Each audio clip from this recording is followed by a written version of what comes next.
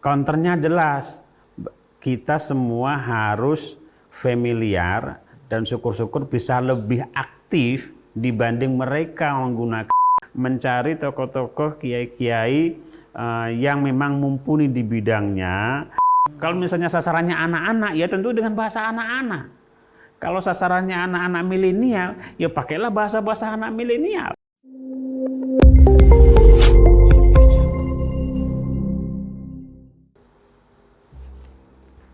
Assalamualaikum warahmatullahi wabarakatuh.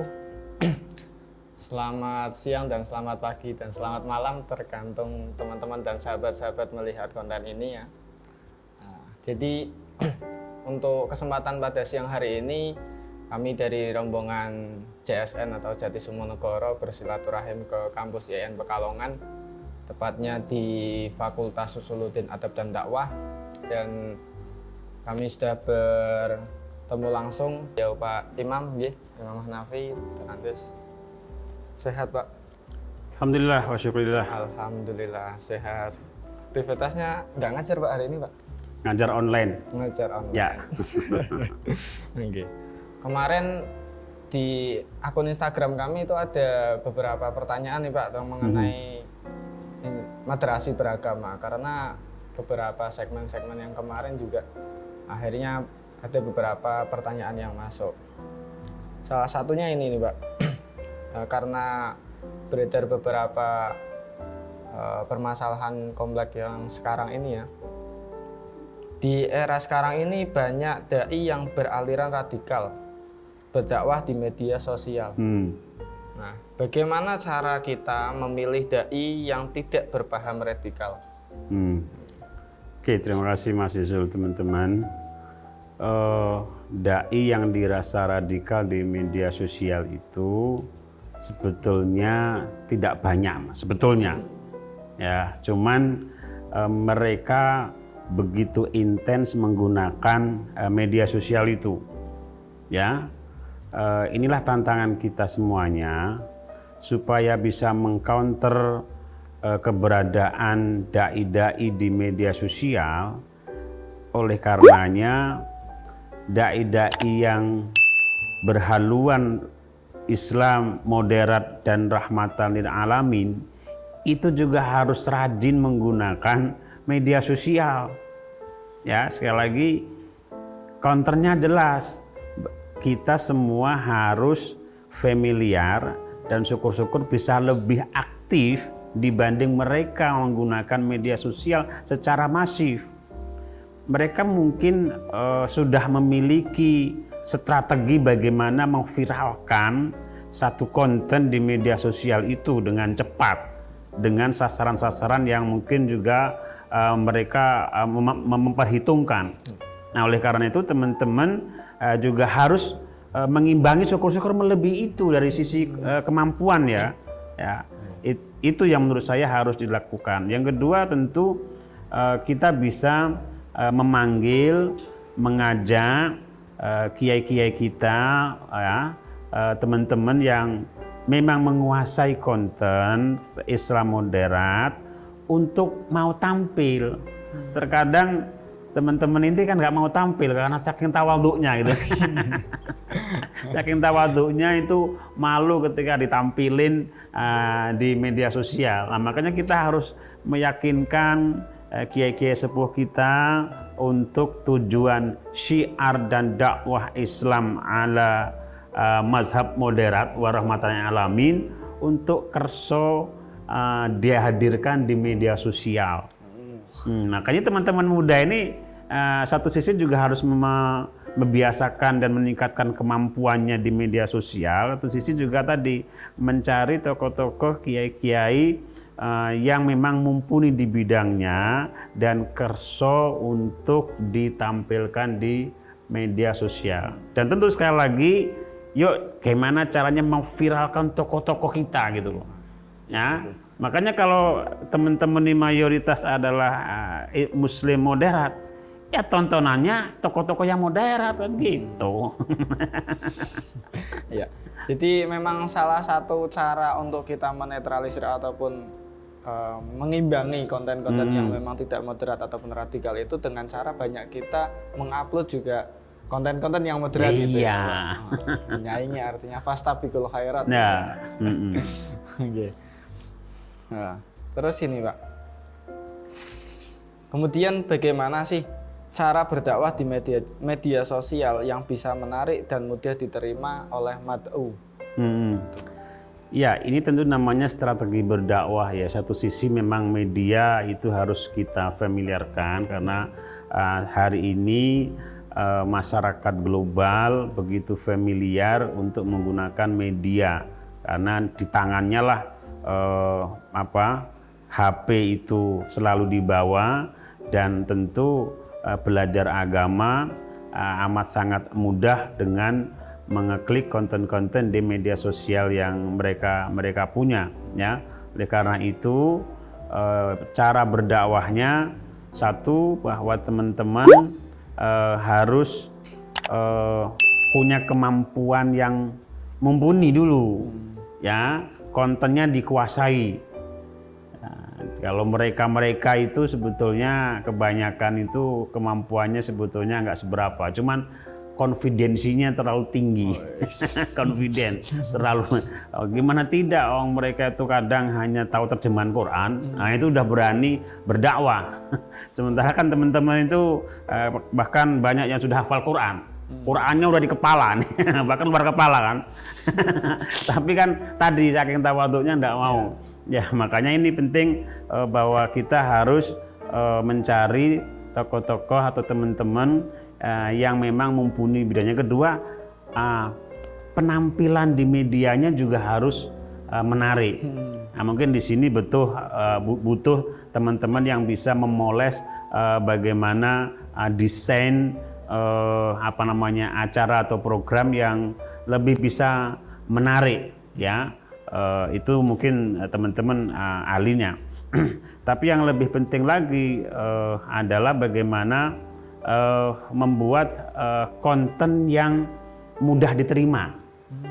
Ini dia, mudah diterima itu ya artinya kita harus melihat segmen.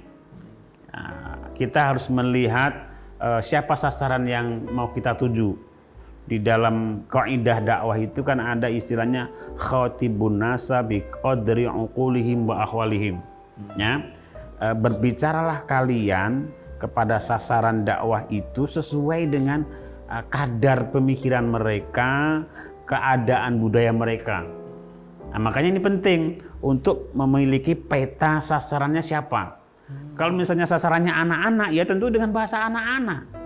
Kalau sasarannya anak-anak milenial, ya pakailah bahasa-bahasa anak milenial. Kan begitu. Okay. Ya, ini penting. Kalau sasarannya itu kira emak-emak, nah gitu kan. Ya makanya kemudian pakai bahasa emak-emak. Kalau memang sasarannya anak-anak muda yang suka misalnya lagu-lagu dangdut, selinglah dengan lagu dangdut. Kan gitu.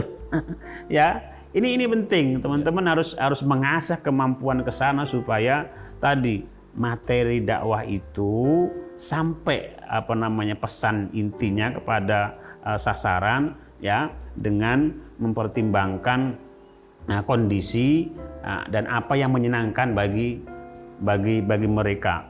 Kalau model Wali Songo dulu, orang itu kalau mau memberikan dakwah itu disenangkan dulu. Kapan itu disenangkan dulu? Kalau misalnya masyarakat itu senang nih mangan, maka masyarakat diundang untuk makan-makan dulu. Makanya kan kalau tradisi kita kan akeh mangan-mangan itu. Iya. Tetapi dulu kalau Wali Songo setelah mangan-mangan dikasih materi. Sekarang gitu. Banyak makannya saja gitu. Nah, sekarang banyak makannya, materinya lupa. Karena udah kenyang materi, kenyang makanannya, lupa materinya. Nah, ini harus dikendalikan. Kalau anak-anak sukanya nyanyi, aja nyanyi dulu. Nah, coba model si Cak Nun itu kan. Nah, itu kan karena anak-anak suka musik dengan genre yang mungkin kontemporer. Nah, makanya kemudian disenangkan dulu, baru kontennya bisa masuk di tengahnya atau di sisipnya atau pada acara intinya. Itu diantaranya, Mas. Ya, jadi Pak Imam Hanafi ini juga aktif sekali baik itu di Instagram dan juga di Facebook ya, Pak. Materi-materinya juga biasa di-share di situ, Pak. Nah, kemudian kalau mahasiswa-mahasiswa yang ada di Fakultas Usuluddin Adab dan Dakwah sendiri itu mempunyai basic ataupun ada enggak sih Pak yang memang sudah berdakwah di media sosial gitu Pak? Oke, ini sebetulnya kita harapkan seluruh mahasiswa Fakultas Usuluddin Adab dan Dakwah amat sangat diharapkan untuk bisa aktif di media sosial dengan mengisi konten-konten yang bernilai dakwah. Sekali lagi, tidak harus menjadi dai sebetulnya dalam arti formal ya. Semua kita, semua teman-teman di Fakultas Usuluddin Adab dan Dakwah itu diharapkan bisa ikut menyebarkan nilai-nilai Islam yang rahmatan lil alamin dan moderat tadi melalui konten-konten media sosialnya. Apakah itu bentuknya tulisan atau komentar-komentar terhadap satu peristiwa, ya kan? Atau modelnya yang dibuat lucu-lucu itu silakan ya. Tapi mengandung nilai-nilai yang mengajak kepada Islam yang ramah, Islam yang moderat tadi. Ya, tentu kita selalu mengadakan tiap tahun misalnya lomba-lomba tentang dai ya, supaya kita bisa menjaring dan sekaligus meningkatkan potensi teman-teman di Fakultas Usuluddin Dakwah yang punya kemampuan itu untuk bisa di orbit lebih lanjut. Dan tentu saya berharap kepada teman-teman juga tidak hanya sekedar meningkatkan kemampuan broadcastingnya dan penyiarannya, tapi sekaligus juga turut menjadi content creator dalam dunia syiar dan dakwah Islam yang moderat itu, ya kan? Sekali lagi itu bisa dengan fashionnya, ya kan? Bisa dengan gaya hidupnya, misalnya gaya kuliner anak-anak yang muslim moderat kan beda Mas. Ya. Mungkin Seperti juga gaya pacarannya kali. Gaya pacaran ala moderat. Nah iya, kalau sana kan haram mutlak gitu. Kita bisa membangun konsep pacaran ala madhabi Islam moderat gitu. Ada Fakultas Usuluddin Adab dan Dakwah. Oke. Terus ini Pak, masih ada satu pertanyaan lagi nih yang terakhir. Yang ketiga itu bagaimana cara mengembalikan citra dai yang sudah rusak ataupun pudar? Ya, istilah rusak itu tentu subjektif. Itu kan penilaian kita. Bagi mereka yang melaksanakan, umumnya yang merasa benar.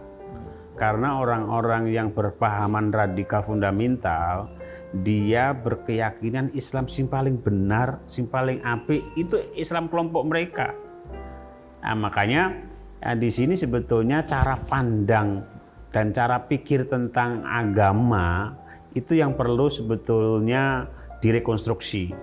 Caranya apa? Ya dengan ilmu. Nah, makanya ajaklah mereka berdialog untuk membangun cara berfikir, cara beragama. Jadi bukan agama yang salah, tapi cara beragama yang harus menggunakan banyak ilmu, ya begitu, banyak pertimbangan, banyak pendekatan. Ya, kalau pendekatannya itu hanya hitam putih, kalau enggak putih kan hitam berarti salah. Nah, padahal dalam dunia realitas hidup ini kan banyak warna, coloring, ya kan, banyak budaya yang beraneka ragam, yang itu harus diakomodir. Cara berpikir yang hanya sekedar hitam putih itu yang perlu dirubah. Dengan apa? Satu, bisa dialog, kedua bisa diajak kuliah di YN Pekalongan. Kan gitu.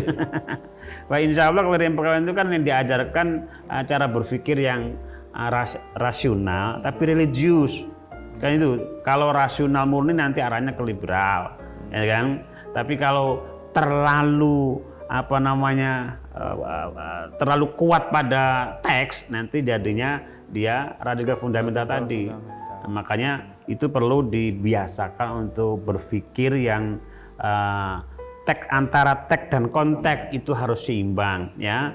Antara rasional dan juga fundamental rasional itu juga harus seimbang. Larinya akhirnya ya untuk merubah mereka yang sudah kadung liberal itu ya kita harus melakukan proses perbaikan cara berpikirnya dengan tadi dialog, dan syukur-syukur mau kuliah di YIN Pekalongan. Wabil khusus Fakultas Usuluddin Adab dan Dakwah. Apalagi memang di kampus kita juga sudah ada rumah moderasi. Jadi rumah moderasi itu memang program dari Kementerian Agama, di mana kampus-kampus agama Islam harus menjadi pusat pembelajaran Islam moderat dan juga pengamalannya, sehingga kalau misalnya ada orang yang rusak dalam tanda kutip, nyervisnya di YIN Pekalongan. Rumah moderat itu ya Pak? Iya, rumah moderasi. Moderasi, oke.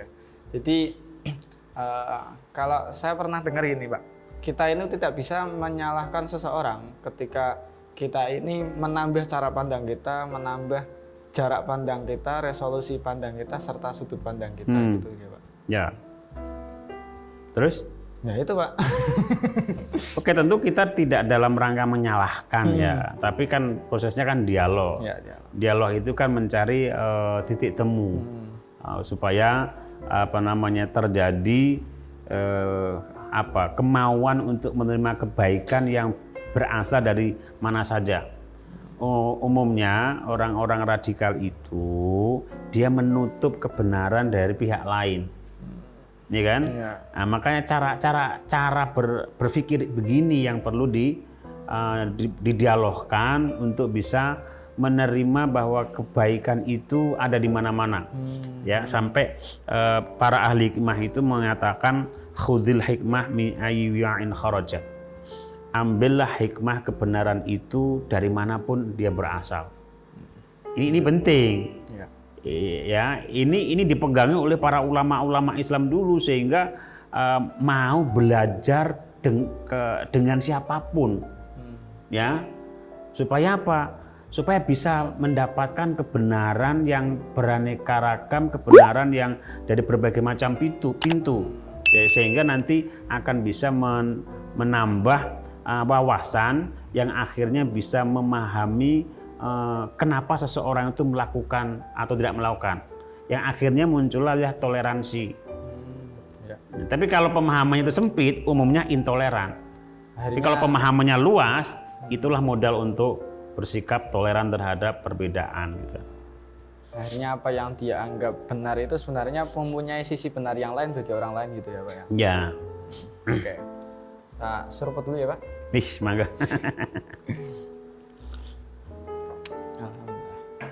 Oke. Jadi begitulah ya teman-teman sekalian mengenai silaturahim dari JSN ke Fakultas Ushul Adab dan Dakwah bersama Dr. Andes Imam Hanafi.